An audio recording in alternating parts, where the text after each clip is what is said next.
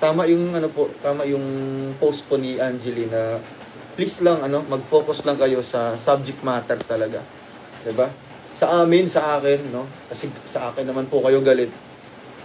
Wag niyo pong idadamay, no, yung mga inosente, yung mga walang alam. Kumbaga yung out of the topic. 'Di ba? Huwag kayong mag-personal attack. Ano po? Lalo na po sa magulang kasi grabe, no? Ako ayokong magsalita, no? Ayokong ilabas yung saloobin ko, yung opinion ko. Pero kumbaga kailangan kong gawin, 'di ba? Kailangan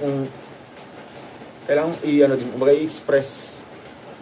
Gusto ko kayong ipaalam sa inyo na siyempre pag words, sobrang sakit niyan, 'di ba? Yung words, sobrang sakit po niyan.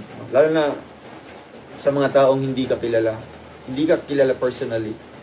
Actually guys, 5 audio yung sinend sa akin. Tapos yung narinig nyo lang po isa lang, tungkol lang sa kay Papa. And then, meron din po personal attack sa akin. Pero hindi ko binigyan ng pansin. Di ako nagfo-focus doon, di ba? Yung sinabi niya doon,